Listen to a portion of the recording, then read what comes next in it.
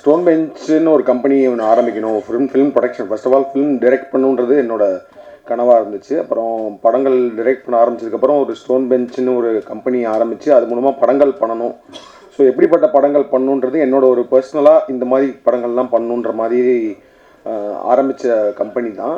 அதில் எனக்கு my dream, அதாவது வந்து நான் யூஸ்வலாக வந்து ஸ்டோன் பெஞ்சில் எல்லா படத்துக்குமே வந்து கார்த்திக் சுப்ராஜ் ப்ரெசன்ஸ் தான் போடுவோம். அண்ட் ப்ரொடியூசர் வந்து கார்த்திகேயன் அப்படி இருக்கும். நானாக கேட்டு ப்ரொடியூசர் பேர்லேயும் என் பேரை போடுங்கன்னு சொன்ன ஆசைப்பட்ட ஒரு படம் இது. This is my dream to be like producer. So Shomi அவர் பேசும்போது ஒரு எமோஷ்னல் இது இருந்துச்சு. நான் ஷோமி அதே மாதிரி தான். நான் is before making this film is a very well known documentary film maker. War டைமில் அந்த வார் டாக்குமெண்ட் பண்ணுறதுக்கு அவரோட முயற்சிகள் ரொம்ப அவர் ப்ரெஸ்ஸில் தான் இருந்திருக்காரு. Is a journalist. And then அவரோட கதையே, ஷோமியோட கதையை as a journalist self is ஒரு பெரிய படம். அண்ட் அவருக்குள்ள அவ்வளோ கதைகள் இருக்கும். நான் வந்து இந்த மாதிரி ஒரு கேஷுவலான ஒரு மீட்டிங்லாம் ஷோமி நான் மீட் பண்ணேன். எனக்கு ஈழம் சார்ந்ததுக்கும் ஒரு ஒரு ஒரு ஒரு ஒரு எமோஷ்னல் அட்டாச்மெண்ட் இருக்குது. என்ன சொன்ன மாதிரி கார்த்தி சொன்ன மாதிரி அந்த காட்சி பிள்ளைன்றது தான் என்னோடய ஃபஸ்ட்டு ஷார்ட் ஃபிலிம். அதுதான் நான் நாளைக்கு செலக்ட் ஆனேன். அதுவே வந்து அது பற்றினத ஒரு ஷார்ட் ஃபிலிம் தான். அதாவது பேசிக்காக ஆனால் அப்போது எனக்கு அங்கே இருந்தப்போ நம்ம ஒரு ஷார்ட் ஃபிலிம் எடுக்கலான்னு சொல்கிறப்பே வந்து எனக்கு அந்த ஒரு ஃப்ளைட்டு, இப்போ நார்மலாக வந்து நம்ம சின்ன வயசுலலாம் நம்மளுக்கு ஒரு ஏரோப்ளைன் போகுது அப்படின்னா அதை பார்க்கும்போது நம்மளுக்கு ரொம்ப எக்ஸைட்மெண்ட்டாக இருக்கும். ஸோ ஒரு மதுரையில் ஒரு பசங்களுக்கு, ரிக்ஷாவில் போயிட்டு இருக்க பசங்களுக்கு ஒரு ஏரோப்ளைன் எந்த மாதிரி ஒரு சந்தோஷத்தை கொடுக்குது.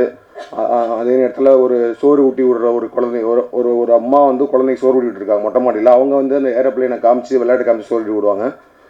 ஸோ இந்த மாதிரி இன்னும் ஒவ்வொருத்தருக்கும் அது வந்து ஓகே ஒரு ஒரு ஒரு ஒரு மொமெண்ட் ஆஃப் ஒரு சின்ன ஒரு ஜாய், ஒரு சந்தோஷம், ஒரு எக்ஸைட்மெண்ட் கொடுக்குற ஒரு மொமெண்ட்டாக இருக்கும். ஸோ அதே ஒரு ஏரோப்ளைன் சத்தம் வந்து அங்கே ஈழமில் இருக்கிற ஒரு பசங்களுக்கு என்ன மாதிரி ஒரு மனநிலையும் என்ன மாதிரி பயத்தை கொடுக்கும் அப்படின்றதான் அந்த ஷார்ட் ஃபிலிம். காட்சி பிள்ளை யூடியூப்பில் கூட இருக்குது. ஸோ அதுதான் என்னோடய ஃபஸ்ட்டு நாளைக்கு செலக்ட் ஆனது. என் என்ட்ரி வந்து அதுதான். ஸோ அப்போலேருந்தே வந்து அந்த கதைகள், அதாவது பேசிக்கலி பியானிஸ்ட்னு ஒரு படம் இருக்குது. ஏன்னா நம்ம போர் இப்போ பார்த்தீங்கன்னா நிறையா கிளாசிக் ஃபில்ம்ஸ், வார் ஃபில்ம்ஸ், வார்னால் அவர் சொன்ன மாதிரி சண்டை ஆக்ஷன் ஃபில்ம்ஸ் கிடையாது. இப்போ 1917 இந்த மாதிரி நிறைய படங்கள் வந்து வார்க்குள்ளே ஆக்ஷனை காட்டுற மாதிரி நிறைய படங்கள் இருக்குது. அதே நேரத்தில் நம்ம கிளாசிக்காக நம்ம சொல்லப்படுற படங்கள், லைஃப் இஸ் பியூட்டிஃபுல் சொன்னார், அந்த மாதிரி பியானிஸ்ட்னு ஒரு படம் இருக்குது.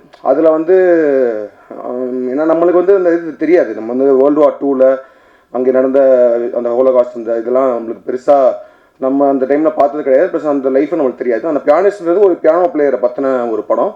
அதில் ஒரு சீன் இருக்கும். அவரால் வீட்டை விட்டு வெளில போக முடியாது. வெளியில் வார் நடந்துகிட்டு இருக்கும். அவர் வந்து ஒரு மறைஞ்சு ஒரு வீட்டுக்குள்ளே வந்துடுவார். அப்போது ரொம்ப நாள் கழித்து ஒரு பியானோவை பார்ப்பார். அவர் அந்த அந்த அந்த பியானோ பிளேயர் வந்து ஒரு பியானோவை பார்ப்பார்.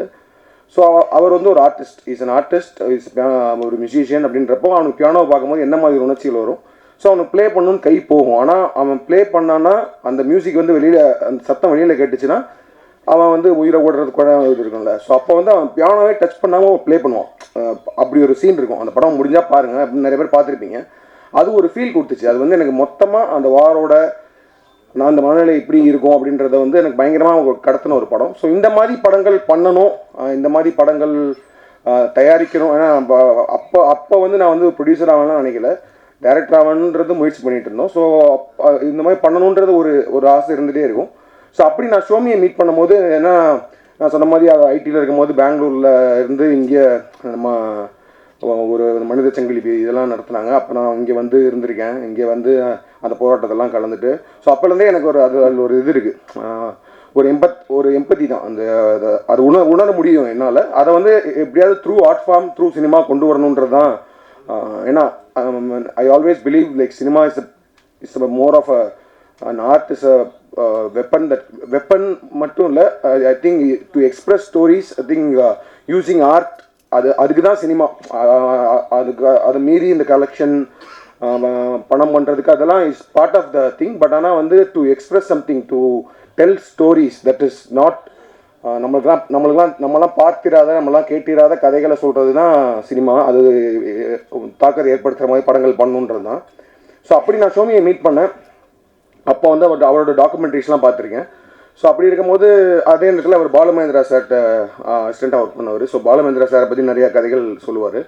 ஸோ அப்போ ஷோமி வந்து நீங்கள் ஃபீச்சர் ஃபிலிம் பண்ணணும் அப்படின்ற மாதிரி சொல்லிட்டு இருக்கும்போது நான் அவர்கிட்ட நிறையா கதைகள் கேட்டேன். மாதிரி வந்து சொல்லுங்கள் ஷோமி, நம்ம வந்து ஏதாவது ஒரு ஒரு லோ பட்ஜெட் அந்த மாதிரி இருந்தால் ப்ரொடியூஸ் பண்ணலாம். ஏன்னா பிகாஸ் எனக்கு அது ஒரு ட்ரீம், ஒரு ப்ராப்பர் ஒரு ஈழம் ஃபில்ம் மேக்கர், ஒரு ஈழம் ஸ்டோரியை ஒரு மெயின் ஸ்ட்ரீம் தமிழ் சினிமாவில், மெயின் ஸ்ட்ரீம் இந்தியன் சினிமாவில் ஒரு மெயின் ஸ்ட்ரீம் தியேட்ரிக்கல் ஆடியன்ஸ்க்கு ப்ரெசென்ட் பண்ணோம் அப்படின்றது ஒரு ட்ரீமாக இருந்துச்சு. ஸோ அந்த மாதிரி ஒரு கதை சொல்லுங்கன்னு சொன்னேன். ஸோ நிறைய கதைகள் சொல்லும் போது இதுவும் ஒன்று சொன்னார். இந்த மாதிரி வந்து ஒரு வெட்டிங் நடக்குது, அந்த வெட்டிங் நைட்டில் நடக்கிற ஈவெண்ட்ஸ்னு சொன்னார். ரொம்ப ஒரு அற்புதமான ஒரு கதை, ரொம்ப ஒரு எமோஷ்னலான இது. ஆனால் அதே நேரத்தில் ஒரு ப்ராப்பர் த்ரில்லர். இது வந்து ஒரு சர்வைவல் த்ரில்லர்னு சொல்லலாம். இப்போ நீங்கள் வந்து உங்களுக்கு வார் பற்றின எந்த ஐடியாவும் இல்லை, அதை பற்றிலாம் தெரியல அப்படின்னாலுமே ஒரு படமாக பார்த்தாலும் the way it is being made, the way it is written, அதெல்லாம் பார்க்கும்போது ஒரு ப்ராப்பரான ஒரு த்ரில்லர் பார்க்குற ஒரு அனுபவத்தை அந்த படம் கொடுக்கும். ஸோ அதனால தான் நான் திரும்ப சொல்கிறது வந்து என்னென்னா, this is like a main stream film. It's not like ஒரு ஒரு ஒரு ப்ரொபகண்டாவோ இல்லை ஒரு ரொம்ப டூ ஆர்ட்ஸி ஃபில்ம் நம்மளால் ரிலேட் பண்ண முடியாது, இல்லை ரொம்ப ப்ரீச்சியாக அந்த மாதிரிலாம் எதுவுமே இல்லை. இது வந்து ஒரு கதையாக தனியாக பார்த்தீங்கனாலுமே இது உலகத்தில் எங்கே வேணால் பொருத்தி பார்க்கக்கூடிய ஒரு கதையாக தான் இருக்கும். அது இப்போ இருக்கிற டைமில் ரொம்ப ரெலவெண்ட்டான கதையாக அது அமைஞ்சிருச்சு. ஏன்னா இப்போ ஈரானில் வார் நடந்துகிட்ருக்கு, அதனால வந்து கேஸ் சிலிண்டர் கிடைக்கல, அதனால இங்கே ஒரு கல்யாணம் நிற்கிது, நம்ம ஊரில் கல்யாணம் நிற்கிது. ஸோ ஒரு வாரோட எஃபெக்ட் வந்து நம்ம ஊர் வருதுன்றப்போ வார் நடந்துட்டு இருக்க இடத்துல ஒரு கல்யாணம் எப்படி நடந்திருக்கும் அப்படின்றத ஒரு ஒரு சுவாரஸ்யங்கள் கலந்து ஒரு எமோஷன் கலந்து பரபரப்பாக சொல்லப்பட்ட ஒரு படம். அந்த சூப்பராக பண்ணியிருக்காங்க whole team, like Somitharan, DOP, editor, the entire cast and crew. அந்த எல்லாரோட பர்ஃபார்மன்ஸஸும் ரொம்ப சூப்பராக இருக்குது. Naveen, Sananth, Rupa, Kapila ma'am and all the artist எல்லாருமே வந்து ரொம்ப நேச்சுரலாக, அதாவது வந்து அவங்க சோமிதரன் சொன்ன மாதிரி தான் அந்த வாழ்க்கை அந்த ஒரு வீட்டுக்குள்ளே போயிட்டு வர ஒரு ஒரு ஒரு உணர்வு அந்த படம் கொடுக்கும். அண்ட் இந்த படத்தை நாங்கள் ஆல்ரெடி ரொம்ப நாளைக்கு முன்னாடி முடிச்சுட்டு நிறைய பேர்ட்ட நான் போட்டு காமிச்சிருக்கேன். இது வரைக்கும் இந்த படம் பார்த்த எல்லாருமே இந்த படத்தை ரொம்ப கனெக்ட் பண்ணி ரொம்ப ரொம்ப பிடிச்சிருக்குன்னு சொன்னாங்க. ஸோ ராணாவுக்குமே வந்து நாங்கள் படம் அவர் ஜஸ்ட்டு படம் பார்த்துட்டு immediately he was ready to come as a co-producer and then present பண்ணுறதுக்கு ரெடி ஆனாங்க. ஏஜிஎஸும் அதே மாதிரி தான் படம் பார்த்துட்டு தேவர் லைக் இது நாங்கள் தமிழ்நாடு ரிலீஸ் பண்ணுறோன்னு சொன்னாங்க. விதுஷும் படம் பார்த்துட்டு is like releasing OC. So டெஃபினட்டாக அந்த படம் ரொம்ப நல்லா வந்திருக்கு. அண்ட் இது ஒரு நல்ல ஒரு டேட்டில் ஒரு ப்ராப்பர் ரிலீஸ் ஒன்று கொடுக்கணுன்னு தான் குட் ஃப்ரைடே வீக்கெண்டுக்கு ரிலீஸ் பண்ணுறோம். And I am very confident and also I am hoping that நம்ம ஆடியன்ஸ்க்கு இந்த படம் கண்டிப்பாக பிடிக்கும் அப்படின்னு நம்புகிறேன். I'm feeling really happy and proud that the have made this film to be like அதான் சொன்ன மாதிரி நான் ப்ரொடியூசராக இந்த படம் அப்படின்னு சொல்லிட்டு பேர் போட்டுக்கிறதுக்கு பெருமைப்படுற ஒரு படம்.